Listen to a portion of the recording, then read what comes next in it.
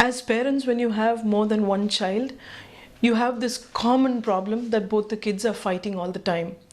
You and I were lucky to grow up with siblings, with brothers or sisters. And if you remember right, we also fought a lot. But then the most important part was, at that time, nobody came and played judge. And so we as children learned to make up with each other, and then we started playing again. So probably the fight lasted for a couple of hours, maximum a day. And then we came back and we started becoming good friends and working together. But now, because we have very limited time with each other, when children fight with each other, it becomes a very big issue.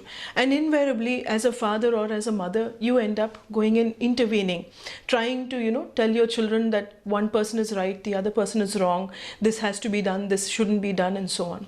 What are the risks of something like this? When you start taking sides between two children or three children, each child remembers the times that you have taken another person's side. So for example, if your son is the elder one and the daughter is the younger one, and they get into a fight, very often what happens is you tell the son, you're the elder one, why don't you give in?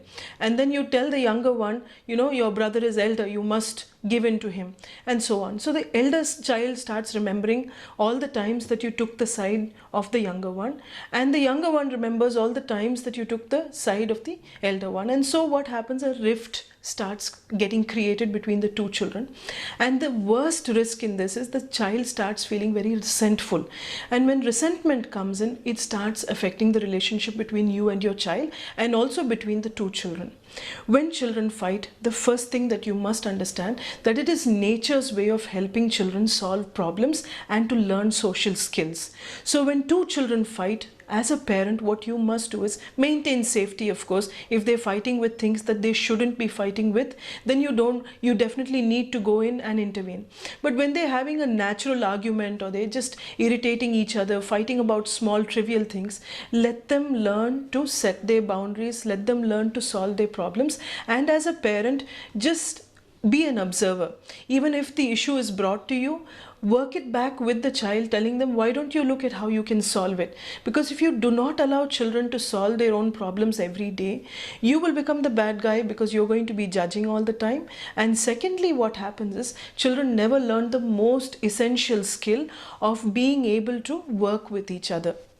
And if this doesn't happen, the smaller the size of the family, the less the child is going to be able to have social skills. So if you do not allow children to fight with each other and learn to solve their problems, it's going to become a very, very big issue between them. And in the long run, it will affect their relationship when they're adults.